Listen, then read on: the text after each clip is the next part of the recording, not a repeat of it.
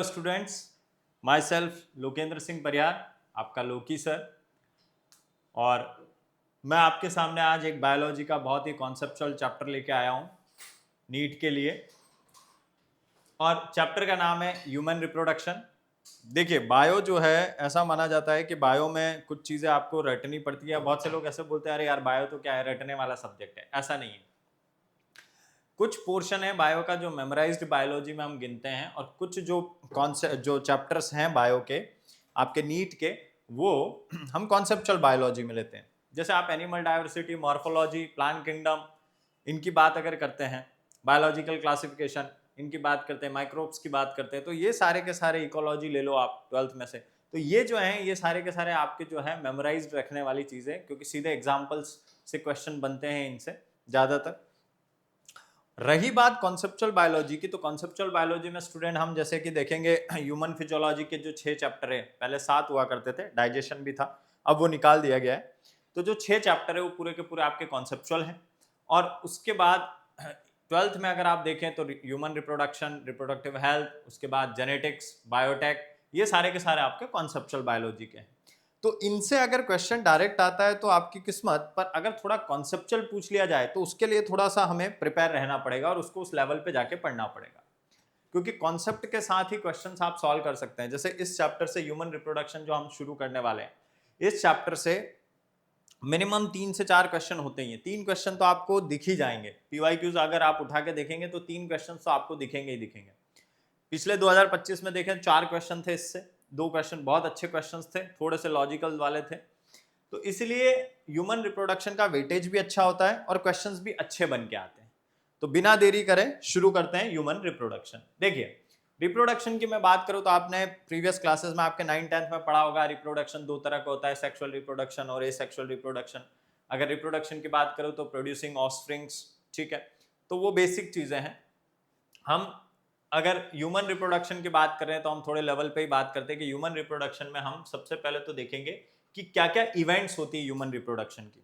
Human reproduction में क्या क्या इवेंट्स होती है, या दैट मीन्स एक जो जाइगोट फॉर्म होता है, जाइगोट से लेके जब तक बच्चा डिलीवर नहीं हो जाता या माँ के यूट्रस में बच्चा रहता है, तो जाइगोट से लेके उसका डेवलपमेंट पूरा होना से लेके पूरा पार्चुरेशन जब तक नहीं हो जाता, वो सारी चीजें जो है इवेंट गिनी जाती है ह्यूमन रिप्रोडक्शन में। अब जाइगोट का फॉर्मेशन करने के लिए सबसे पहले तो गैमिट की जरूरत पड़ती है, बिल्कुल। और गैमिट बनाने के लिए 2 अलग अलग पेरेंट्स चाहिए, एक मेल और एक female.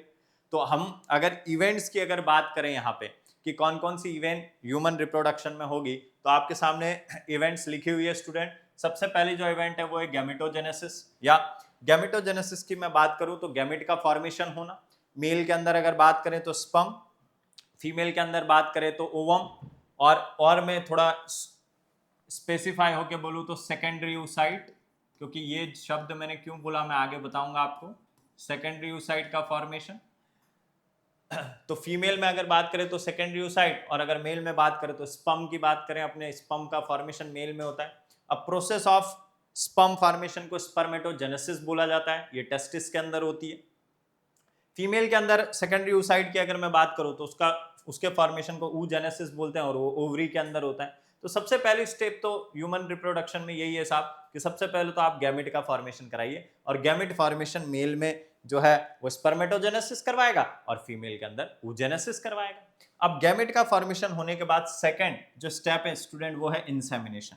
What is the meaning of insemination? देखिए, जो स्पर्म है उस स्पर्म का फीमेल जेनाइटल ट्रैक्ट के अंदर जाना, ठीक है, release of sperm into female genital tract is called insemination. अब ये जो प्रोसेस है, ये आपका जो मेल जो होता है उसका कॉपुलेटरी ऑर्गन होता है जिसको हम पीनस बोलते हैं। तो पीनस जो है ये मेल का कॉपुलेटरी ऑर्गन होता है, और ये कॉपुलेटरी ऑर्गन जो है क्या करेगा? इंसेमिनेशन करेगा। अच्छा, एक टर्म और यहाँ पे हम सीख लेते हैं अभी। एक और टर्म होती है इजैकुलेशन मेरे बेटे। इजैकुलेशन की बात करूं तो इजैकुलेशन का मतलब जो है ये भी रिलीज ऑफ स्पर्म है, बट ये बॉडी से बाहर जा रहा है, ठीक है, फीमेल के रिप्रोडक्टिव ट्रैक में नहीं जा रहा है। अगर फीमेल के रिप्रोडक्टिव ट्रैक में जा रहा है तो मेरे बेटे वो क्या है? इंसेमिनेशन। अगर फीमेल रिप्रोडक्टिव ट्रैक में नहीं जा रहा है और बॉडी के बाहर ऐसे ही रिलीज कर दिया अगर मेल ने, तो उसे क्या कहेंगे? इजैकुलेशन। हाँ या ना? अब इसके बाद जो स्टेप आती है मेरे बेटे, वो आती है फर्टिलाइजेशन। अब फर्टिलाइजेशन की प्रोसेस आपने पढ़ा होगा, ये फीमेल रिप्रोडक्टिव ट्रैक्ट जो हम आगे डिटेल में पढ़ने वाले हैं। तो अगर आप देखें तो यहाँ पे आपकी ये फेलोपियन ट्यूब और यूट्रस मैंने बताया। तो अब जो है मेल रिप्रोडक्टिव सिस्टम और फीमेल रिप्रोडक्टिव सिस्टम भी हम आगे पढ़ेंगे डिटेल में। तो जो है स्पर्म यहाँ पे डाला है फीमेल रिप्रोडक्टिव ट्रैक में, और वो स्पर्म जो है जाएगा यहाँ पे, और ये जो सेकेंडरी साइट प्रेजेंट है फेलोपियन ट्यूब के अंदर एम्पुला स्टेमम जंक्शन पे, यहाँ पे जाके ये स्पर्म जो है इस सेकेंडरी ओसाइट को क्या करेगा, फ्यूज करेगा, फर्टिलाइज करेगा। तो तीसरी स्टेप जो होगी वो क्या होगी मेरे बेटे, फर्टिलाइजेशन, जहां पे क्या होगा, fusion of male and female gamete in female body. थोड़ा सा यहाँ पे एक ध्यान देंगे अपने, हम इसी रिप्रोडक्शन यूनिट में एक और चैप्टर है sexual reproduction in flowering plant. तो वहां की भी अगर हम बात करें तो क्या है कि दोनों चैप्टर्स थोड़े से कंपेयर करके पढ़ाए जा सकते हैं। पर यहाँ पे एक चीज अगर देखें तो अगर हम फ्लावरिंग प्लांट की बात करें बेटा, तो फ्लावरिंग प्लांट के अंदर अगर मैं बात करूं तो वहां पे मेल एंड फीमेल गैमेट जो है वो दोनों के दोनों मेरे बेटे इमोटाइल होते हैं, वहां पे दोनों इमोटाइल होते हैं। अगर हम ह्यूमन की बात करें तो ह्यूमन में बेटा जो मेल का गैमेट है वो तो क्या होता है, मोटाइल होता है, जिसको हम स्पर्म बोलते हैं, और फीमेल का जो गैमेट है दैट मीन जो सेकेंडरी oocyte है वो बेटा क्या होता है, इमोटाइल होता है। तो मेल के गैमेट को ही जाना पड़ता है कहाँ, फीमेल गैमेट को फ्यूज करने। तो पहले स्टेप थी गैमेटोजेनेसिस, गैमेट बनाए, गैमेट बनाने के बाद जो मेल गैमेट है उस मेल गैमेट को हमने फीमेल रिप्रोडक्टिव ट्रैक में ट्रांसफर किया, स्टेप का नाम इंसेमिनेशन। उसके बाद इंसेमिनेशन होने के बाद फर्टिलाइजेशन की process, that means fusion of male and female gamete. Next बेटा इम्प्लांटेशन की प्रोसेस। अब जब यहाँ पे फर्टिलाइजेशन होगा तो फर्टिलाइजेशन होने के बाद यहाँ पे आपका बनेगा जाइगोट, 2n जाइगोट बनेगा मेरे बेटे। इस जाइगोट से फिर इसमें क्लीवेज का डिवीजन होगा, ये सारी चीजें मैं आगे डिटेल में पढ़ाऊंगा बेटे। तो क्लीवेज होगा, क्लीवेज होने के बाद वहां पे 2 cell, 4 cell, 8 cell, 16 celled stage बनेगी, और 16 सेल्ड स्टेज के बाद 64 सेल्ड स्टेज जो कि ब्लास्टोसिस्ट कहा जाता है, वो ब्लास्टोसिस्ट स्टेज में आके यहाँ पे आपका जो एम्ब्रियो है वो आके आपके यूट्रस की जो एंडोमेट्रियम है उससे जाके क्या होगा, इम्प्लांट होगा। तो एंडोमेट्रियम से जाके आपका जो एम्ब्रियो है उसका अटैच होना ही क्या कहा जाता है, इम्प्लांटेशन। तो आइए देखते हैं attachment of developing embryo to uterine wall. और ये यूट्राइन वॉल कौन सी है मेरे बेटे, एंडोमेट्रियम। आगे हम डिटेल में पढ़ेंगे कि जो यूट्रस होता है उसकी 3 लेयर होती है, बाहर वाली पेरीमेट्रियम, मिडिल वाली मायोमेट्रियम, और सबसे अंदर वाली जो होती है उसको क्या बोलते हैं, एंडोमेट्रियम। तो क्वेश्चन बिल्कुल पूछा गया है पीवाईक्यू में, आपको मिलेगा attachment of developing embryo to which layer of uterus. तो आंसर आएगा एंडोमेट्रियम जो कि इनर मोस्ट है। और किस स्टेज में होता है तो वो भी हम देख लेते हैं, कौन सी स्टेज में होगा, ब्लास्टोसिस्ट स्टेज में। ठीक है, नेक्स्ट आता है बेटा इम्प्लांटेशन के बाद। अब यहाँ पे एम्ब्रियो जो है वो डेवलप होगा और 9 महीने का जो टाइम पीरियड लेगा मदर के यूट्रस में, उस पीरियड को हम बोलते हैं गेस्टेशन पीरियड। गेस्टेशन पीरियड का मतलब है time taken for development of foetus. जो फीटस है उसका पूरा डेवलपमेंट यहाँ पे होगा, और 9 महीने का हम एक्चुअल जो एवरेज मानते हैं 9 मंथ 7 डेज, ये गेस्टेशन पीरियड माना जाता है, 9 मंथ्स 7 डेज। अब इसके बारे में थोड़ा सा मैं बताता हूं, गेस्टेशन पीरियड को मेजर कैसे किया जाता है। जिस टाइम से फीमेल के पीरियड्स आना बंद हो जाते हैं तो उस फीमेल का जो लास्ट मेंस्ट्रुअल डे पीरियड, जो लास्ट मेंस्ट्रुअल साइकिल होती है उसका जो लास्ट डे होता है वहां से कैलकुलेट किया जाता है। ठीक है, इसमें थोड़ा थोड़ा अलग अलग थ्योरीज, अलग अलग रूल्स होते हैं 9 महीने की प्रेगनेंसी को कैलकुलेट करने के लिए। तो एक थोड़ा सा कि जिस फीमेल के लास्ट पीरियड्स जिस डेट से आना बंद हुए वहां से इसको कैलकुलेट किया जाता है। तो एवरेज जो माना जाता है वो 9 मंथ और 7 डेज का। तो गेस्टेशन में पूरा का पूरा डेवलपमेंट होता है। And the last one is called parturition. अब जो है बेबी पूरा का पूरा डेवलप हो गया है, फीटस पूरा डेवलप हो गया है, अब जो होगा delivery of fully developed foetus is called parturition. तो अब पार्चुरेशन की प्रोसेस होगी जिससे क्या होगा कि जो बेबी है वो आपका बाहर डिलीवर होगा। तो प्रोसेस की अगर मैं बात करूं तो ये सारी प्रोसेसेस बेटा 1 बाय 1 हमको पूरे डिटेल में स्टडी करनी है। आप यहाँ पे इसको इंट्रोडक्शन समझना है तो इंट्रोडक्शन की तरह ले लीजिए, या चैप्टर का कंटेक्स्ट समझना है तो उसकी तरीके से ले लीजिए। अब मैं आपको बात बताता हूँ, एनसीईआरटी का जो पहला पेज है आपका वो यहाँ पे डन हो गया है। एनसीईआरटी आप खोलेंगे ह्यूमन रिप्रोडक्शन की तो यहाँ पे एनसीईआरटी का पहला जो पेज है वैसे जाहिर बताया जाता है कि पहले पेज में ऐसा कुछ दिया नहीं होता है या ऐसे क्वेश्चन नहीं आते, पर मैं आपको बताता हूँ, यहाँ से 2 बार क्वेश्चन पूछे गए नीट में सुपर तरीके से। पहला क्वेश्चन का टाइप बताता हूँ, या मैच द फॉलोइंग, या गैमेटोजेनेसिस करके दे देगा, इंसेमिनेशन करके दे देगा, ये मैच द फॉलोइंग तरीके से क्वेश्चन आता है। दूसरे टाइप का क्वेश्चन, ये साहब एरो दिख रहे हैं तेरे को, मतलब ये इवेंट्स है और ये सीक्वेंस में होती है। तो एक क्वेश्चन आया था, arrange the choose the correct sequence of human reproductive system, तो पूरे के पूरे ह्यूमन रिप्रोडक्शन के टाइम पे क्या क्या करेक्ट इवेंट है उसका सीक्वेंस आपको पता होना चाहिए साहब। तो एक बार सीक्वेंस मेरे साथ दोहराइएगा। सबसे पहले गैमेटोजेनेसिस, इंसेमिनेशन, फिर जाएगा फर्टिलाइजेशन, फर्टिलाइज करने के बाद जाके जो जाइगोट होगा वो जाके इम्प्लांट होगा, कहाँ पे, सॉरी, जो एम्ब्रियो होगा वो जाके इम्प्लांट होगा, उसको इम्प्लांटेशन बोलेंगे। 9 महीने का जो प्रेगनेंसी होगा पूरा का पूरा जो डेवलपमेंट होगा उसको गेस्टेशन बोलेंगे। एंड लास्ट में जब कंप्लीट टाइम पीरियड हो जाएगा 9 मंथ 7 डेज का और बेबी जो है वो डिलीवर होने के लिए रेडी हो जाएगा, उस प्रोसेस को बोलेंगे बेटा जी पार्चुरेशन। तो ये सीक्वेंस है आपका, gametogenesis, insemination, fertilisation, implantation, gestation और पार्चुरेशन। एक बात बताऊं यार, इम्प्लांटेशन से नीट वालों को खास हमदर्दी है, डायरेक्ट क्वेश्चन पूछ लिया था, attachment of developing embryo to uterine wall is called. 4 option थे, gametogenesis, insemination, fertilisation, implantation. Answer क्या जाएगा मेरे बेटे? इम्प्लांटेशन, हाँ या ना? तो ये टॉपिक भी तैयार है, कहाँ से एनसीईआरटी से लिया है, क्वेश्चन कैसे बनेंगे वो भी रेडी। टीचर खाली पढ़ा देता है कि अरे क्वेश्चन ये आया, ऐसा हुआ, इसमें यही होता है, पर ये भी तो बता यार कि उसमें से क्वेश्चन कैसे बनने वाला है। 2 तरह के क्वेश्चन बनाए, दोनों तेरे को पीवाईक्यू में मिल जाएंगे। एक तो मैच द फॉलोइंग, एक दूसरा जो है वो सीक्वेंस वाला, और तीसरा 2 क्वेश्चन, एक इम्प्लांटेशन से पूछा गया है और एक पार्चुरेशन से पूछा गया है, ये डिफाइन करके। तो आई होप इंट्रोडक्शन में जो चीजें, सेक्स ऑर्गन हमारे 2 तरह के होते हैं, सेक्स ऑर्गन हमारे 2 तरह के होते हैं बेटा, एक होता है प्राइमरी सेक्स ऑर्गन और एक होता है secondary sex organ. Primary sex organ और सेकेंडरी सेक्स ऑर्गन के बारे में बात करते हैं, क्योंकि रिप्रोडक्शन की बात कर रहे हैं यार, तो सेक्स ऑर्गन की तो जरूरत है, जरूरी है। और देखिए चैप्टर जो है चैप्टर की तरह लीजिए, नीट के लेवल पे ही पढ़ेंगे हम, तो आप भी जो है इसको चैप्टर की तरह ही लीजिए। बहुत सारी अदर इंफॉर्मेशंस भी जो है मैं आपके साथ शेयर करूंगा जो आपको आगे चल के बहुत काम आने वाली है। अब यहाँ पे अगर हम प्राइमरी सेक्स ऑर्गन की अगर बात करें बेटा, तो प्राइमरी सेक्स ऑर्गन वो ऑर्गन होते हैं जो गैमेट को प्रोड्यूस करते हैं, साथ ही साथ कुछ हार्मोन्स को सीक्रेट करते हैं। तो बिल्कुल मेल और फीमेल में अगर हम बात करें तो मेल में सर अभी आपने ऊपर बताया था कि मेल के अंदर जो गैमेटोजेनेसिस प्रोसेस जब आपने डिस्कस की थी तो आपने बताया था कि मेल के अंदर जो स्पर्म है वो टेस्टिस में बनता है, ओके सर। और फीमेल के अंदर जो है secondary side, that means ovum या oogenesis की प्रोसेस ओवेरी में होती है, बिल्कुल सर। तो सर यहाँ से हम एक बात बोल सकते हैं कि sir primary sex organ male के अंदर टेस्टिस है, फीमेल के अंदर ओवेरी है, बिल्कुल, क्योंकि यहाँ टेस्टिस के अंदर ही क्या बन रहा है, गैमेट, और यहाँ पे ओवरी में ही क्या बन रहा है, गैमेट। सर एक और चीज, सर यहाँ पे एक और बात आपने लिखी है कि सेक्स हार्मोन सीक्रेट करेंगे, तो बिल्कुल करेंगे, टेस्टिस से टेस्टोस्टेरोन,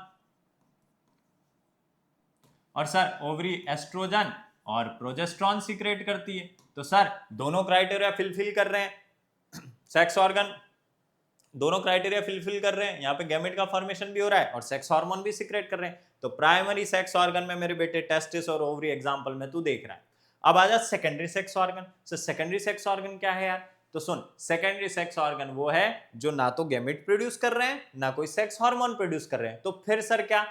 तो देखिए, not produce gamete, not secrete hormone, they form pathway to transfer a gamete. ये सिंपली क्या करेंगे, जो गैमेट टेस्टिस और ओवरी में प्रोड्यूस हुआ है उनको ट्रांसफर करने का पाथवे जो है वो प्रोवाइड करेंगे कौन? Secondary sex organ. आ जाओ सेकेंडरी सेक्स ऑर्गन की बात करते हैं। तो अगर मेल में बात करूं तो वास डिफरेंस, पीनस, एपिडाइडमिस, ये जो हो गए सेकेंडरी सेक्स ऑर्गन हो गए। और अगर फीमेल में बात करूं तो फीमेल के अंदर यूट्रस, आपके फेलोपियन ट्यूब और वेजाइना, ये सारे के सारे क्या हो गए? सेकेंडरी सेक्स ऑर्गन हो गए।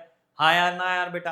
तो ये दोनों चीजें हो गई, primary sex organ, secondary sex organ. Direct question बनता है, एग्जांपल से पूछेगा, epididymis is a example of secondary sex organ, vagina is example of secondary sex organ, primary sex organ, external genitalia, both A and C, both A and C. ये अब आगे सुन, यहाँ पे testis की बात करें तो टेस्टिस प्राइमरी सेक्स ऑर्गन हो गया। अब एक अच्छा क्वेश्चन डिस्कस करता हूं तेरे से, एक अच्छा क्वेश्चन जो है एम्स के लेवल का जो पूछा है मेरे बेटा, जो ब्रेस्ट होते हैं फीमेल के, तो ब्रेस्ट प्राइमरी सेक्स ऑर्गन में आएगा या सेकेंडरी सेक्स ऑर्गन में आएगा? ब्रेस्ट जो होते हैं फीमेल में वो प्राइमरी सेक्स ऑर्गन में आते हैं कि सेकेंडरी सेक्स ऑर्गन में आते हैं? एम्स ने टच किया है ये क्वेश्चन को और पहले ऑप्शन में उसने सेकेंडरी सेक्स ऑर्गन दे रखा है। चला यार बताता हूं, ब्रेस्ट जो होते हैं सर, ब्रेस्ट ना तो प्राइमरी सेक्स ऑर्गन है ना सेकेंडरी सेक्स ऑर्गन है सर। ब्रेस्ट जो है वो सेकेंडरी सेक्सुअल कैरेक्टर है sir. Primary sex organ secondary sex organ भूल जाओ, वो सेकेंडरी सेक्सुअल कैरेक्टर है। क्यों सर? अरे यार एक बात बता, ब्रेस्ट जो है प्यूबर्टी के एज में डेवलप होते हैं फीमेल में, एक एज के बाद उसके ब्रेस्ट का डेवलपमेंट शुरू होता है। अगर ऑर्गन होते तो उनका डेवलपमेंट स्टार्टिंग से ना हो जाता है यार। ये सेकेंडरी सेक्सुअल कैरेक्टर है और ये डेवलपमेंट जो इनके अंदर हो रहा है ये सेक्स हार्मोन की वजह से हो रहा है। ये सेक्स हार्मोन फीमेल में एस्ट्रोजन प्रोजेस्टेरोन ये जो है सेक्स हार्मोन इंड्यूस होते हैं बॉडी में, और प्यूबर्टी के टाइम पे जब इनका लेवल बढ़ता है तब फीमेल के ब्रेस्ट के डेवलपमेंट शुरू होती है। तो आज के बाद एक टैग लाइन जो है याद रख लो कि सर की क्या, कि ब्रेस्ट जो है वो ना तो प्राइमरी सेक्स ऑर्गन है ना सेकेंडरी सेक्स ऑर्गन है मेरे बेटे, वो सेकेंडरी सेक्सुअल कैरेक्टर आते हैं, हाँ या ना? आई होप यहां तक की पिक्चर क्लियर हुई होगी। तो अपन ने इतना इंट्रोडक्शन पार्ट में लिया तो एनसीईआरटी पढ़ेगा तेरे को क्लियर होगा। अब आगे बात करते हैं, चलिए अब हम डिस्कस करते हैं mail reproductive system. Mail reproductive system की अगर मैं बात करूं तो पहले तो लोकेशन की बात कर लेते हैं कि male reproductive system present in pelvic region. आ जा यार थोड़ा सा नॉलेज ले ले, स्केलेटन में 11th में पढ़ा होगा। ये नीचे वाला पेल्विक गर्डल, ये वाला पेक्टोरियल गर्डल। तो तेरा reproductive system, mail reproductive system जो प्रेजेंट है वो कहाँ प्रेजेंट है? Found in pelvic reason. Consist की अगर मैं बात करूं कि किस किस चीज से बन रहा है तेरा मेल रिप्रोडक्टिव सिस्टम, तो आज सुन, सबसे पहले पेयर्ड टेस्टिस होती है, एनसीईआरटी लिखती है पेयर्ड टेस्टिस, ठीक है। उसके बाद एक्सेसरी डक्ट, ये सारी लाइनें एनसीईआरटी के हिसाब डायरेक्ट क्वेश्चन बनते हैं यहाँ से, तो एनसीईआरटी को भी साथ साथ हम कवर कर रहे हैं। एक्सेसरी डक्ट, अब डक्ट्स की बात करूं तो देख डक्ट्स में एपिडाइडमिस मेरे बेटे, वास डिफरेंस और इजैकुलेटरी डक्ट, और भी आगे हम जब ये टॉपिक लेंगे तो और इसमें डिस्कस करेंगे। एसेसरी ग्लैंड की अगर मैं बात करूं बेटा तो एसेसरी ग्लैंड में सर यहाँ पे आप 3 ग्लैंड पढ़ेंगे, एक सेमाइनल वेसाइकल या प्रोस्टेट ग्लैंड। प्रोस्टेट ग्लैंड का नाम तू आज पता नहीं पहली बार सुन रहा होगा, पर तूने प्रोस्टेट कैंसर जरूर सुना होगा। और उसके बाद ये तेरी बल्बोयूरेथ्रल ग्लैंड मेरे बेटे, और इसी ग्लैंड का एक और नाम तेरे को देता हूं, कॉपर्स ग्लैंड। कभी कभी कॉपर्स ग्लैंड के नाम से पूछ लेते हैं, कंफ्यूज नहीं होने का, तो बल्बोयूरेथ्रल ग्लैंड का ही नाम है कॉपर्स ग्लैंड। तो ग्लैंड में ये हो गया। अब थोड़ा सा हम जो पेयर्ड टेस्टिस है हमारे, जो टेस्टिस जो प्राइमरी सेक्स ऑर्गन है उसके बारे में बात कर लेते हैं यार। अब प्राइमरी सेक्स ऑर्गन जो हमारा टेस्टिस है, तो थोड़ा सा नॉलेज के लिए तेरे को एक बात बताता हूं। जब मदर के यूट्रस में डेवलपमेंट हो रहा होता है बेबी का, और अगर वो मेल है तो उस टाइम पे उसके जो टेस्टिस है वो एब्डोमेन कैविटी में बनते हैं, या फॉर्मेशन ऑफ टेस्टिस वो एब्डोमेन कैविटी में उसके बन रहे हैं। अब जैसे ही 7 मंथ की प्रेग्नेंट होता है, 7 मंथ की प्रेगनेंसी होती है, उसमें वो टेस्टिस डिसेंट होके स्क्रोटम में आ जाते हैं, या बिल्कुल वो यहाँ बनते कहाँ हैं? एब्डोमेन कैविटी में। पर 7 मंथ की प्रेगनेंसी जो होती है उसमें वो निकल के जो है इनिंगुअल कैनाल करके कैनाल आगे डिस्कस करूंगा, उसके थ्रू वो आ कहाँ जाते हैं? स्क्रोटम के अंदर जो पाउच होता है। तो बनते कहाँ हैं? इनसाइड द एब्डोमेन कैविटी में, और through out the life present कहाँ होते हैं? आउटसाइड द एब्डोमेन कैविटी में। ये बात ध्यान रखना। अब सुन, इसीलिए जब भी कोई न्यूबॉर्न बेबी पैदा होता है तो डॉक्टर उसके, अगर वो लड़का है तो डॉक्टर उसके स्क्रोटम देखता है, चेक करता है कि दोनों टेस्टिस जो है डिसेंट हुए हैं या नहीं। अगर नहीं होते हैं तो प्रॉब्लम होती है, और क्या है वो चीजें यहाँ डिस्कस करते हैं। आजा, सबसे पहले देख, ये तेरी एब्डोमेन कैविटी है, और इस एब्डोमेन कैविटी के अंदर, ये एब्डोमेन कैविटी से अटैच ये तेरा पाउच दिख रहा है जिसको हम स्क्रोटम बोलते हैं, ठीक है। या स्क्रोटम जो है outside the abdomen cavity present है साहब। और ये दोनों टेस्टिस है, वन पेयर टेस्टिस, दोनों टेस्टिस आपको यहाँ दिख रहे हैं। अब टेस्टिस जो है यहाँ पे एक गुबर्निकुलम करके इलास्टिक फाइबर है, इन इलास्टिक फाइबर से गुबर्निकुलम जो है स्क्रोटम की वॉल से अटैच रहता है, ठीक है। वरना यार बड़ी मुश्किल से तो इधर नीचे आया है बेचारा, उसको वापस ऊपर ना चले जाए, इसलिए बांध के रखते हैं उसको, ठीक है। अब एक और चीज, ये है आपकी स्पर्मेटिड कॉर्ड। ये स्पर्मेटिड कॉर्ड एब्डोमिनल कैविटी और टेस्टिस को अटैच करती है, ज्वाइन करती है स्पर्मेटिड कॉर्ड से। साहब मैं आपको एक बात बताऊं, यहां से नर्व, यहाँ से ब्लड वेसल, ये सारी की सारी एब्डोमेन कैविटी से किसको मिलती है? टेस्टिस को मिलती है। अब ये इलिंगुअल कैनाल यहाँ पे इस तरीके से बनी होती है, ये इलिंगुअल कैनाल होती है। इस कैनाल से जो है आपका टेस्टिस डिसेंट होता है एब्डोमेन कैविटी से, कहाँ? स्क्रोटम में। ये इलिंगुअल कैनाल मेरे बेटे, ये ले ये कैनाल। अब जब टेस्टिस डिसेंट हो जाता है उसके बाद ये कैनाल इस तरीके से यहाँ पे फोल्ड में कन्वर्ट हो जाती है, ये फोल्ड बना लेती है ऐसे, ताकि वापस टेस्टिस ना जाए। अब सुन, एक एक शब्द देता हूं, एक नई चीज तेरे को देता हूं, एक इंग्विनल हर्निया करके बीमारी होती है। ये इनिंगुअल हर्निया इसी इनिंगुअल कैनाल से रिलेटेड है। कैसे?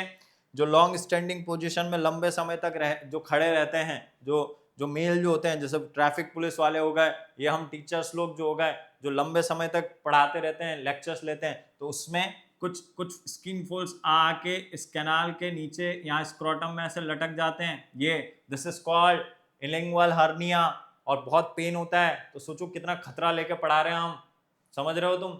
है ये चीज ध्यान रखो, inguinal hernia related to inguinal canal. NCERT कुछ नहीं बोलती, एनसीईआरटी में कुछ नहीं है, पर नॉलेज के लिए बता रहा हूं तेरे को। तो सर अगर अपन बात करें तो टेस्टिस प्रोड्यूस तो कहाँ होते हैं? एब्डोमेन कैविटी में। पर जैसे ही बर्थ होने वाला होता है उसके पहले 7 मंथ ऑफ प्रेगनेंसी में वो कहाँ आ जाते हैं? नीचे आ जाते हैं एब्डोमेन कैविटी में। अब एक और चीज, सर जब वो यहां बने तो उनको नीचे आने की जरूरत क्या है? तो देख, एक बात एनसीईआरटी लिखती है, उसके थ्रू मैं तेरे को समझाता हूं। एनसीईआरटी बोलती है कि स्पर्मेटोजेनेसिस की प्रोसेस के लिए टेस्टिस को 2 से लेके 2.5 डिग्री सेल्सियस का टेम्परेचर कम चाहिए होता है बॉडी टेम्परेचर से। तो अगर वो इनसाइड रहेंगे तो बॉडी टेम्परेचर के साथ ही रहना पड़ेगा। अब उसको अगर टेम्परेचर कम चाहिए बॉडी से, तो ऑब्वियसली उसको बॉडी के बाहर रहना पड़ेगा। तो ये आउटसाइड द एब्डोमेन कैविटी कहां पहुंच जाते हैं? स्क्रोटम के अंदर। और स्क्रोटम के अंदर पहुंचते हैं तो वहां बॉडी का टेम्परेचर इनको थोड़ा क्या मिलता है? कम मिलता है। अब बॉडी का टेम्परेचर कम मिलता है तो जिससे स्पर्मेटोजेनेसिस की जो प्रोसेस होती है वो हो सकती है। हम कह सकते हैं कि lower temperature than body temperature is favourable condition for spermatogenesis. अब एक चीज आओ, सर इस बॉडी के यहाँ पे जो ये टेम्परेचर, इसको रेगुलेट कौन करता है स्क्रोटम का? क्योंकि बाहर है तो कम ज्यादा तो हो ही सकता है ना, विंटर में कम हो जाता है, समर में बढ़ जाता है। तो यहाँ पे एक मसल होती है मेरे बेटे, और ये जो है वॉल पे प्रेजेंट है, यहाँ पे स्क्रोटम के वॉल पे जो प्रेजेंट है आप देख पा रहे हो। This muscle is called dartos muscle. और ये डार्टोस मसल का काम क्या होता है मेरे बेटे? टेम्परेचर रेगुलेशन करना। टेम्परेचर रेगुलेशन का काम जो है इन डार्टोस मसल का है। जब भी विंटर आता है, बाहर का टेम्परेचर कम होता है, तो स्क्रोटम जो होता है वो टुवर्ड्स द एब्डोमेन कैविटी चला जाता है। दैट मींस जो आपके डार्टोस मसल है वो क्या हो जाती है? कॉन्ट्रैक्ट हो जाती है। तो कॉन्ट्रैक्ट होने की वजह से वो टुवर्ड्स द बॉडी चली जाती है। तो स्क्रोटम आपका जो है टुवर्ड्स द एब्डोमेन कैविटी, मतलब ऊपर चला जाता है, कॉन्स्ट्रिक्ट हो जाता है। अब समर की तरफ देखो, जब गर्मी बहुत ज्यादा होती है उस समय पे क्या करता है? तो जो आपकी डार्टोस मसल होती है वो रिलैक्स्ड हो जाती है। तो रिलैक्स्ड होने की वजह से जो स्क्रोटम होता है वो ऐसे पूरा का पूरा फैल जाता है, तो वो अवे फ्रॉम द बॉडी आ जाता है। ये वर्ड भी यूज किए गए हैं क्वेश्चंस में, away from the body towards the body. तो ये मसल का कॉन्ट्रैक्शन की वजह से हो रहा है। अगर कॉन्ट्रैक्ट हुआ तो टुवर्ड्स द बॉडी मतलब विंटर, अगर अवे फ्रॉम द बॉडी मतलब रिलैक्स हुआ तो समर। तो इस तरीके से यहाँ पे जो है आपका स्क्रोटम की जो डार्टोस मसल है मेरे बेटे, ये क्या करती है? रेगुलेशन करती है। ऐसे ही एक डेट्रिटस मसल भी तू सुनेगा, आगे वो आती है, यूरिनरी ब्लैडर में पढ़ाई जाती है। तो ये सारी चीजें। अब सुनो, एक चीज और नॉलेज की तेरे को देता हूं। मान लो ऐसा हुआ कि सर जो टेस्टिस एब्डोमेन कैविटी में बने थे, बेटा ध्यान से समझ में तो आ रहा है ना? जो टेस्टिस सर यहाँ एब्डोमेन कैविटी में बने थे, अगर मान लो एनी रीजन वो यहाँ नीचे डिसेंड नहीं होते, कुछ भी हो सकता है। मेरी गली में एक मेरा दोस्त रहता था, उसके बेचारे का जो है एक ही टेस्टिस था, तो उसका स्क्रोटम का साइज थोड़ा चेंज हो गया था। वो इस तरीके से उसका स्क्रोटम था, तो एक ही टेस्टिस आया था, ये इस कंडीशन में था वो। अब उस सिचुएशन में क्या होगा कि सर अगर ये टेस्टिस जो है यहाँ पे नहीं आएंगे, तो उस कंडीशन को बोला जाता है क्रिप्टोआर्किडिज्म मेरे बेटे। क्या बोला जाता है? Cryptorchidism. Cryptorchidism condition when testis do not descend into scrotum. अब स्क्रोटम के अंदर आए नहीं तो अब सर क्या करेंगे, अगर नहीं आएंगे तो वो तो पूरे जीवन भर इनफर्टाइल स्टेराइल रहेगा यार, स्टेरिलिटी आ जाएगी उसके अंदर, तो कोई दिक्कत नहीं। उसके लिए एक जो है आपको मैं बता दूं कि एक सर्जरी की जाती है जिसको ऑर्कियोपेक्सी के नाम से जाना जाता है, और उस सर्जरी में क्या किया जाता है कि जो अनडिसेंट टेस्टिस हैं आपके, उन अनडिसेंट टेस्टिस को कहां लाया जाता है, स्क्रोटम के अंदर, तो ये सर्जरी भी की जाती है। तो और क्रिप्टोआर्किडिज्म एक कंडीशन है, उस कंडीशन के अंदर ऐसा है कि जो अनडिसेंट टेस्टिस है, सॉरी जो आपके जो एब्डोमेन कैविटी में बने जो टेस्टिस है वो नीचे नहीं आते हैं, फिर उसके लिए एक सर्जरी की जाती है, ऑर्कियोपेक्सी के नाम से जाना जाता है, और उस सर्जरी में क्या किया जाता है, जो अनडिसेंट टेस्टिस होते हैं उनको नीचे लाया जाता है। अगर और बात करें तो गुबर्निकुलम, ये जिससे अटैच है, ये दिस इज द गुबर्निकुलम, ये इलास्टिक फाइबर होता है जो कनेक्ट करके रखता है किसको, टेस्टिस को स्क्रोटम से। चलिए अब देखिए लिंगुअल कैनाल के बारे में, a passage which connect abdomen cavity to scrotum, इसी के थ्रू तो नीचे उतर के आ रहा है आपका कौन, testis. Dartos muscle found in the scrotum wall, regulate temperature of scrotum. These are unstriated muscle. बिल्कुल साफ, ये आपने मसल चैप्टर में पढ़ा होगा, unstriated and striated muscle, cardiac muscle, ये सारी चीजें उसका भी हम लेंगे, बनाएंगे, बढ़िया सुपर लेक्चर बनाएंगे उसका, ह्यूमन फिजियोलॉजी, तो मजे ला दूंगा मैं तुमको। उसके बाद ड्यूरिंग विंटर क्या होती है, ये मसल्स कॉन्ट्रैक्ट होती है, कॉन्ट्रैक्ट हुई तो मतलब टुवर्ड्स द बॉडी, विंटर में कॉन्ट्रैक्ट होती है तो टुवर्ड्स द बॉडी जाएगी, मतलब जो स्क्रोटम है वो किधर जाएगा, बॉडी की तरफ जाएगा। स्पर्मेटिड कोर्ड के बारे में बात करते हैं, this tube connect testis to abdomen cavity, जिससे ब्लड वेसल्स और नर्व जो है और वास डिफरेंस जो है पास होती है, ये भी मैं बता चुका हूं आपको। कैस्ट्रेशन करके क्या होता है ये प्रोसेस समझिएगा। देखिए कुछ कुछ ऐसे एनिमल्स होते हैं जो बहुत एग्रेसिव होते हैं, जैसे ऑक्स हो गया, बहुत ज्यादा एग्रेसिव होते हैं, ठीक है, किसी को पास आने नहीं देते हैं, उनका जो मालिक है कभी कभी उनको भी मारते हैं, ये कंडीशंस बनती है, ये सिचुएशंस बनती है। तो उसमें क्या होता है कि जो टेस्टिस है, जैसे बुल ऑक्स हो गए, उनको क्या कर दिया जाता है, उसके टेस्टिस को रिमूव कर दिया जाता है, तो उस प्रोसेस को कस्ट्रेशन प्रोसेस बोलते हैं, जिसमें अब क्या होगा, ये रिमूव करने से क्या होगा, टेस्टोस्टेरोन प्रोड्यूस नहीं होगा, और टेस्टोस्टेरोन प्रोड्यूस नहीं होगा तो उसमें गुस्सा नहीं आएगा। हम सब में जो एग्रेशन होता है, गुस्सा आता है, अरे भाई तू क्या, मैं ये कर देंगे, वो कर देंगे, फोड़ देंगे, ये सारा जो है टेस्टोस्टेरोन, ठीक है।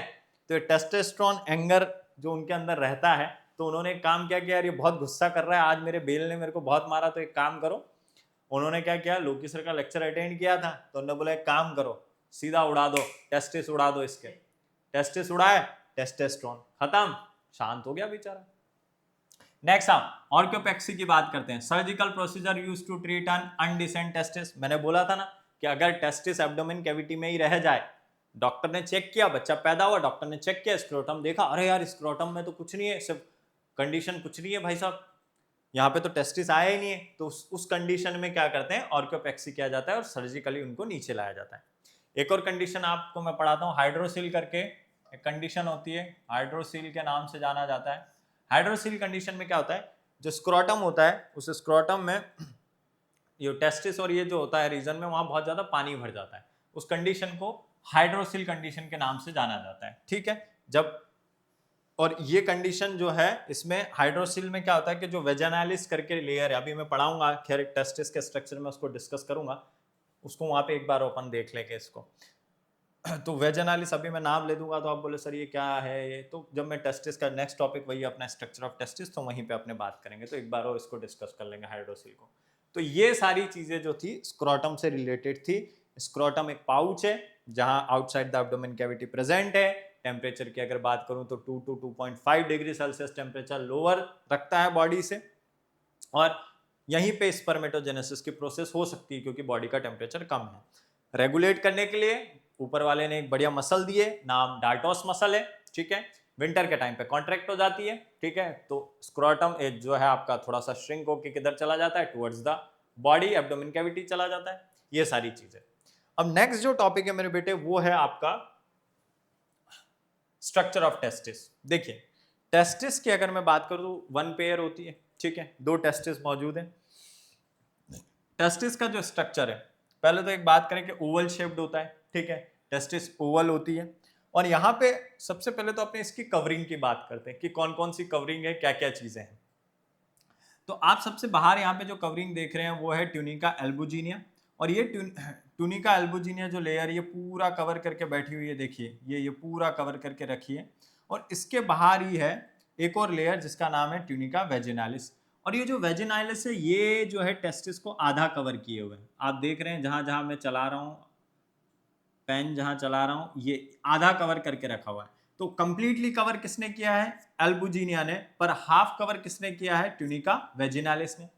अब अगर कोई पूछे कि भाई वेजिनालिस ने इसको हाफ कवर करके क्यों रखा हुआ है, तो एनसीईआरटी एक लाइन लिखती है कि टेस्टिस के पोस्टीरियर साइड पे एक डक्ट प्रेजेंट होती है और जिसका नाम है एपिडाइडमिस।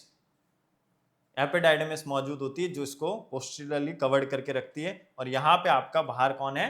वेजिनालिस है, और एल्बुजिनिया ने इसको पूरा कवर कर रखा है। एक और लेयर प्रेजेंट होती है टेस्टिस की जिसको बोलते हैं वेस्कुलरिस, ठीक है। और वेस्कुलरिस जो लेयर होती है, ये जो वेस्कुलरिस लेयर होती है ये अंदर प्रेजेंट होती है, यहाँ पे ये अंदर प्रेजेंट होती है। अब इसी वेजिनालिस ने टेस्टिस के 2 कंपार्टमेंट कर दिए होते हैं। ये वेजिनालिस पूरा ऐसे निकल के जाती है और 2 कंपार्टमेंट कर देती है, एक इधर और एक इधर। टेस्टिस के अंदर 2 पार्ट हो जाते हैं। अब टेस्टिस के अंदर जो सबसे इंपॉर्टेंट चीज है वो है टेस्टिकुलर लोब्यूल्स मेरे बेटे। तो टेस्टिस के अंदर होते हैं टेस्टिकुलर लोब्यूल्स, और इन टेस्टिकुलर लोब्यूल्स जो है इनका नंबर 250 होता है। 250 टेस्टिकुलर लोब्यूल्स, ये कंपार्टमेंट्स होते हैं। इन कंपार्टमेंट्स को हम टेस्टिकुलर लोब्यूल्स बोलते हैं। आप देख सकते हो जहां यहाँ मैंने बनाया है ये पिंक कलर के, ये टेस्टिकुलर लोब्यूल्स होते हैं। एनसीईआरटी बोलती है each testis has 250 compartments called testicular lobules. ध्यान देने वाली बात है ईच। एंड नीट वाला क्या करेगा? क्वेश्चन तेरे को स्टेटमेंट में बना के देगा, how many statement are correct, और उसमें एक क्वेश्चन घुसेड़ देगा क्या? 250 compartments are present in human testis या मेल टेस्टिस, ठीक है। तो टोटल पूछे, अगर टोटल 250 कंपार्टमेंट अगर वो दे दे, तो टोटल अगर बोल दिया तो दोनों टेस्टिस का मिला के दिया उसने, तो स्टेटमेंट क्या सही होगा? ईच टेस्टिस करके जो वर्ड आएगा, ठीक है। तो ईच पे ध्यान देना। तो अब सुन, अगर ईच टेस्टिस है तो 250 एक में, तो 250 दूसरे में, तो टोटल कितना होगा? सर टोटल तो 500 होगा। तो अगर अब नंबर अगर वो ऐसा दे कि total 500 testicular lobules present in male testis, answer क्या होगा? सही। पर अगर वो बोले कि ईच टेस्टिस हैज 500 कंपार्टमेंट, तो बात क्या है? गलत है, ठीक है। तो बिल्कुल यहाँ पे टेस्टिकुलर लोब्यूल 250 होंगे। अब इन टेस्टिकुलर लोब्यूल्स के अंदर अगर मैं देखूं तो ये अगर टेस्टिकुलर लोब्यूल्स बनाया मैंने बेटे, तो यहाँ इन टेस्टिकुलर लोब्यूल्स के अंदर ये मौजूद होती है सेमिनिफेरस ट्यूब्यूल। क्या होती है? Seminiferous tubule. And the structural and functional unit of testis is called seminiferous tubule. ये seminiferous tubule 2 to 3 in number होती है। तो एक लोब्यूल के अंदर, एक टेस्टिकुलर लोब्यूल के अंदर 2 से 3 आप सेमिनिफेरस ट्यूब्यूल देखते हैं। तो अगर 250 है, एक टेस्टिस के अंदर 250 टेस्टिकुलर लोब्यूल है, और तो अगर एवरेज भी करता है 3 को, तो 750 एक में हो गई। तो 750 सेमिनिफेरस ट्यूब्यूल एक टेस्टिस में हो गई, तो दूसरे टेस्टिस में भी 750 हो गई। तो अगर तू टोटल करेगा तो अप्रोक्स 1500 सेमिनिफेरस ट्यूब्यूल तेरे दोनों टेस्टिस में मौजूद है। तो अब फिर से एक बार रिवाइज करते हैं, आजा फिर। सर टेस्टिस का स्ट्रक्चर, टेस्टिस ओवल शेप्ड होती है, बिल्कुल। टेस्टिस के अंदर 3 मेम्ब्रेन आपने बताई, बिल्कुल। लेयर बताई आपने सबसे पहले tunica albuginea, tunica vaginalis. Vaginalis उसको हाफ कवर करती है बाहर से, उसके बाद कंप्लीट कवर करने वाली का नाम है एल्बुजिनिया, और अंदर एक और प्रेजेंट होती है जिसको बोलते हैं वेस्कुलरिस, और वो पूरे टेस्टिस को इंटरनली कवर करके रखती है। वेजिनालिस टेस्टिस को 2 पार्ट में डिवाइड कर देती है, और यहाँ पे जो बड़ा वाला पार्ट है उसमें अगर आप देख पा रहे हैं तो यहाँ पे कुछ कंपार्टमेंट्स बन रहे हैं, एंड इन कंपार्टमेंट को क्या बोला जाता है? टेस्टिकुलर लोब्यूल्स के नाम से जाना जाता है। एक टेस्टिकुलर लोब्यूल्स के अंदर 2 से 3 जो है सेमिनिफेरस ट्यूब्यूल मौजूद होती है, and this seminiferous tubule is called structural and functional unit of testis.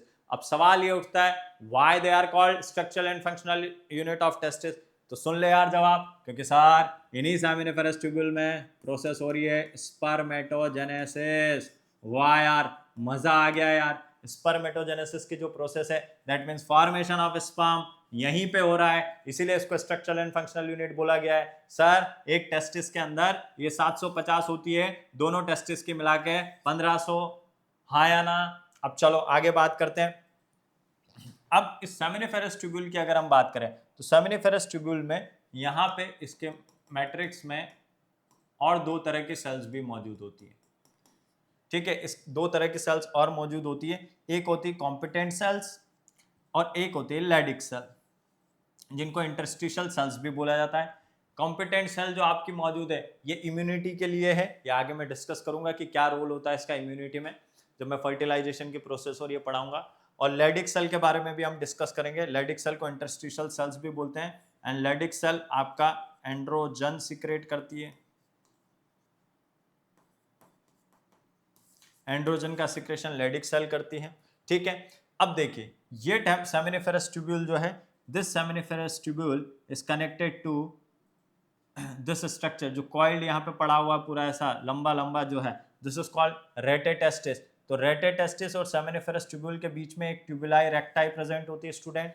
तो स्पर्म बनेगा कहाँ? सेमिनिफेरस ट्यूब्यूल में। अब उसका पाथवे भी समझा रहा हूँ साथ साथ में, टेस्टिस के स्ट्रक्चर के साथ साथ उसका पाथवे भी आ रहा है कि स्पर्म का पाथवे क्या है। तो स्पर्म बना कहाँ? सेमिनिफेरस ट्यूब्यूल में। सेमिनिफेरस ट्यूब्यूल में बनने के बाद रेटेटेस्टिस में जाएगा। रेटेटेस्टिस और सेमिनिफेरस ट्यूब्यूल के बीच में ट्यूबुलाई रेक्टाई मौजूद होती है। अब रेटेटेस्टिस जो है, ये रेटेटेस्टिस और उसके पीछे यहाँ पे मैंने बताया था कि पोस्टीरियरली जो है टेस्टिस को कवर करके रखती है एपिडाइडमिस। तो यहाँ पे रेटेटेस्टिस और एपिडाइडमिस के बीच में कनेक्शन वास एफ्रेंशिया, बेटा कंफ्यूज मत होना, एक डिफरेंशिया भी आएगा, वास डिफरेंस। ठीक है, और ये एफ्रेंशिया है। एबीसीडी में डी पहले आता है, पर यहाँ पे अपने को ई पहले लाना है। तो वास एफ्रेंस जो है वो मौजूद होती है। तो रेटेटेस्टिस और एपिडाइडमिस के बीच में वास एफ्रेंशिया मौजूद होता है। वास एफ्रेंशिया जो है रेटेटेस्टिस से स्पर्म को एपिडाइडमिस में डालेगी। एपिडाइडमिस एक हाईली कॉइल्ड स्ट्रक्चर है बेटा, हाईली कॉइल्ड स्ट्रक्चर एपिडाइडमिस मौजूद होता है। और इसको तीन पार्ट देखते हैं एपिडाइडस में, एक होता है कैपट, एक होता है कॉपरा, और नीचे ये पूंछ वाला कॉर्डा होता है। और ये कॉर्डा वाला रीजन जो है ये वास डिफरेंस में खुलता है। तो ये देख, पहले एफ्रेंशिया आ गई, फिर क्या हो गया? वास डिफरेंस आ गई। अब एक क्वेश्चन नीट ने पूछा गया है जो कि बहुत बार पूछते हैं और एनसीईआरटी में भी दे रखा है, पाथवे ऑफ स्पर्म की अगर मैं बात करूं तो सबसे पहले सेमिनिफेरस ट्यूब्यूल, सेमिनिफेरस ट्यूब्यूल से ट्यूबुलाई रेक्टाई, ट्यूबुलाई रेक्टाई से रेटेटेस्टिस, रेटेटेस्टिस से वासा एफ्रेंशिया, वासा एफ्रेंशिया से एपिडाइडमिस, और एपिडाइडमिस से वास डिफरेंस। तो क्या क्या हुआ sir? Seminiferous tubule, okay sir. Sir tubuli recti, okay sir. Sir rete testis, okay sir. उसके बाद sir vasa efferentia, okay sir. उसके बाद सर एपिडाइडमिस, ओके सर। और एपिडाइडमिस के बाद आया सर वास डिफरेंस। तो ये पाथवे है स्पर्म का। आगे और इसको हम एलेबोरेट करेंगे और डिटेल में लेके जाएंगे, पर अभी अगर तू बात करेगा तो यहाँ पे वास एफ्रेंशिया जो है, वास एफ्रेंशिया से टेस्टिस जो, वास एफ्रेंशिया से जो स्पर्म एपिडाइडमिस में जाता है। तो एपिडाइडमिस और रेटेटेस्टिस के बीच में कनेक्शन कौन है? वास एफ्रेंशिया का। और एपिडाइडमिस से जो है, अब क्वेश्चन ये भी आता है कि एपिडाइडमिस से स्पर्म को लेके कौन जाती है? वास डिफरेंस लेके जाती है। सेमिनिफेरस ट्यूब्यूल से जस्ट किसके अंदर स्पर्म जाता है? तो रेटेटेस्टिस। देख एनसीईआरटी ट्यूबुलाई रेक्टाई को नहीं बोलती है, तो अपने को भी एनसीईआरटी ही चलानी है क्योंकि नीट में पेपर तो वहीं से बन रहा है। तो अगर वो डायरेक्ट, क्योंकि ये तो अपन ने ट्यूबुलाई रेक्टाई यहाँ पे पढ़ी है नॉलेज के लिए, पर अगर वो पूछे कि सेमिनिफेरस ट्यूब्यूल से डायरेक्ट जो स्पर्म किस में जाता है, मतलब नेक्स्ट किस में ओपन होती है या स्पर्म जो है किस में जाता है, तो वो किस में जाएगा? आपका रेटेटेस्टिस। रेटेटेस्टिस और वास डिफरेंस जो है, रेटेटेस्टिस और एपिडाइडमिस के बीच में वास एफ्रेंशिया जो है वो कनेक्शन शो करता है। तो ये पूरा का पूरा पाथवे बेटा, सेमिनिफेरस ट्यूब्यूल, ट्यूबुलाई रेक्टाई, रेटेटेस्टिस, वास एफ्रेंशिया, एपिडाइडमिस और वास डिफरेंस। एक बार फिर से सुन, सेमिनिफेरस ट्यूब्यूल, ओके सर, उससे ट्यूबुलाई रेक्टाई, ठीक है सर, ट्यूबुलाई रेक्टाई से फिर जाएगा रेटेटेस्टिस में। अब रेटेटेस्टिस के बाद वास एफ्रेंशिया, और वास एफ्रेंशिया से एपिडाइडमिस, एपिडाइडमिस से वास डिफरेंस। तो ये हो गया पूरा पाथवे। चलिए अब थ्योरी पार्ट देखते हैं। तो टेस्टिस जो कि मीजोडर्मल ओरिजिन में है। वेट की अगर मैं बात करूँ तो 10 से 12 ग्राम है और लेंथ जो है 4 से 5 सेंटीमीटर है और विड्थ 2 to 3 सेंटीमीटर है। कवरिंग ऑफ टेस्टिस जो अपन ने पढ़ी, कवरिंग ऑफ टेस्टिस की अगर मैं बात करूं, कवरिंग ऑफ टेस्टिस की अगर मैं बात करूं तो सबसे पहले आउटर वाली ट्यूनिका वेजिनालिस जो मैंने बताई, जो कि हाफ रहती है, ठीक है, पूरा कवर नहीं करती। उसके बाद मिडिल वाली ट्यूनिका एल्बुजिनिया जो कंप्लीट रहती है और अंदर ट्यूनिका वेस्कुलरिस या वेस्कुलोसा, ठीक है। अब वही जो एनसीईआरटी की लाइन है, each testis has 250 compartments, each, ये वर्ड आ गया ईच, तो उसको क्या बोलते हैं, टेस्टिकुलर लोब्यूल्स के नाम से जाना जाता है। Now each lobule has 1 to 3 highly coiled seminiferous tubule and seminiferous tubule is the structural and functional unit of testis. They produce sperm, यहीं पे स्पर्मेटोजेनेसिस की प्रोसेस होगी, स्पर्मेटोजेनेसिस की प्रोसेस यहीं पे होगी मेरे बेटे टेस्टिस में। टेस्टिस में जो स्पर्मेटोजेनेसिस हो रहा है वो यही सेमिनिफेरस ट्यूब्यूल कर रही है। आउटसाइड द सेमिनिफेरस ट्यूब्यूल मैंने बताया था, यहाँ पे इस तरीके से ये लोब्यूल बनाया और यहाँ पे ये सेमिनिफेरस ट्यूब्यूल बनाई थी, ये इस तरीके से। तो इन सेमिनिफेरस ट्यूब्यूल के बाहर ये जो जगह दिख रही है, ये this is called interstitial space, ये इंटरस्टिशियल स्पेस कही जाती है। और इन इंटरस्टिशियल स्पेस के अंदर ब्लड वेसल्स प्रेजेंट होती है। यहाँ पे 2 सेल, लेडिक सेल और एक और इम्यूनोलॉजिकल सेल जो मैंने बोली थी कॉम्पिटेंट सेल, वो मौजूद होती है। लेडिक सेल या interstitial cell secrete male sex hormone जिसको बोलते हैं एंड्रोजन, ये भी मैंने बताया आपको। Function of Leydig cell regulated by LH, luteinizing hormone, ये भी हम आगे पढ़ेंगे। लेटेनाइजिंग हार्मोन जो है रेगुलेट करता है किसको, लेडिक सेल के फंक्शन को। Seminiferous tubule open into rete testis, अब ये सारा पाथवे चलेगा जो मैं पहले ही बता चुका हूं आपको।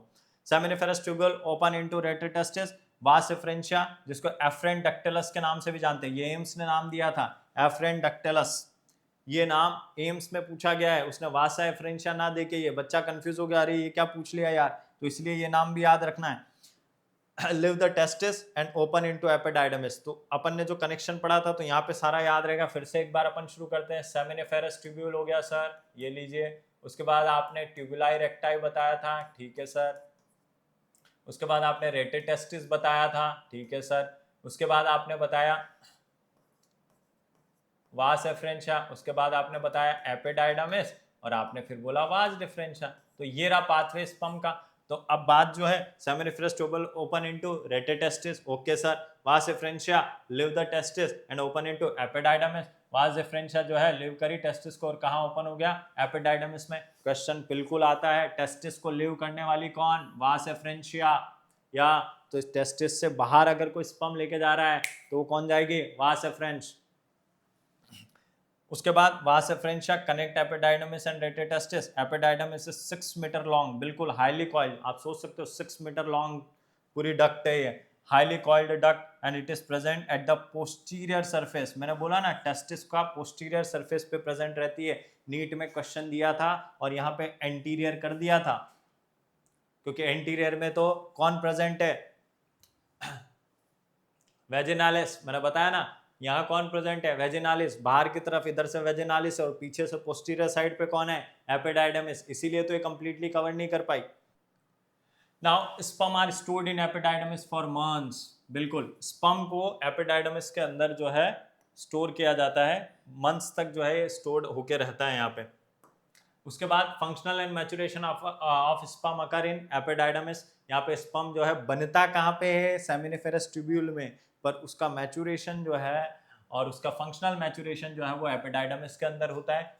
अच्छा, एपिडाइडमिस के 3 पार्ट होते हैं, कैपट जो कि अपर हाईली कोल्ड पार्ट होता है, कॉर्पस जो मिडिल लॉन्ग पार्ट होता है, और लास्ट वाला कॉर्डा जो कि लीस्ट पार्ट होता है, कॉइल्ड। एपिडाइडमिस जो होता है वो किसमें, लीड्स टू अ ट्यूब वास differentia which carry sperm into abdomen. तो ये भी क्वेश्चन स्टार मार्क लगा हुआ है, देखिए कि एब्डोमेन कैविटी के अंदर स्पर्म की एंट्री कौन करा रहा है, वास डिफरेंस, और स्पर्म की एग्जिट टेस्टिस से कौन करा रहा है, वास एफरेंस, हाँ या ना, ये चीजें।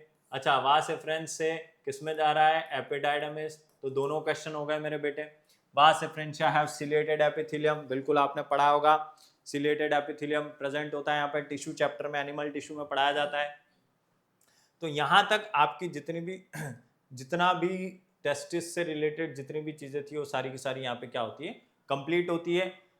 अब नेक्स्ट क्लास जो होगी हमारी, उसमें हम जो एसेसरी डक्ट्स है हमारी और जो एसेसरी ग्लैंड है वो मेल रिप्रोडक्टिव सिस्टम की पढ़ेंगे। आज हमने जो टॉपिक कंप्लीट किया उसमें फिर से एक बार मैं अगर लूँ तो 3 से 4 क्वेश्चन हमने डिस्कस भी किए हैं।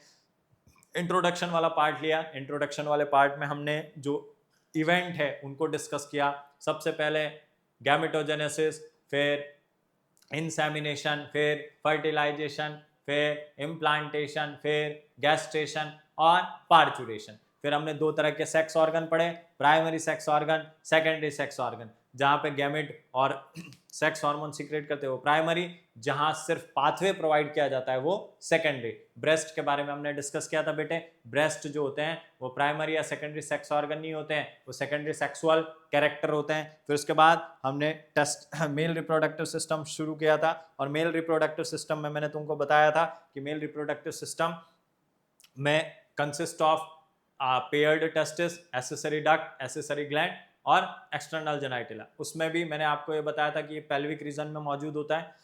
फिर आपको थोड़ा सा नॉलेज मैंने दिया था कि एट द टाइम जब ये हम अगर बॉय है वो, और वो 7 मंथ की प्रेगनेंसी में उसके जो टेस्टिस है वो बनते कहाँ हैं, एब्डोमेन कैविटी में, पर बर्थ होने से पहले वो एब्डोमेन कैविटी से कहाँ आ जाते हैं, स्क्रोटम के अंदर।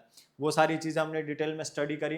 क्रिप्टोऑर्किडिज्म क्या होता है, ऑर्कियोपेक्सी क्या होता है, कस्ट्रेशन क्या होता है, ये सारी चीज़ें, स्पर्मेटिड कॉर्ड का क्या काम है, ठीक है, एनिंगुअल कैनाल का क्या काम है, एनिंगुअल हर्निया क्या होता है, हाइड्रोसील क्या होता है। हाइड्रोसील को एक बार और हम डिस्कस कर लेंगे नेक्स्ट क्लास में।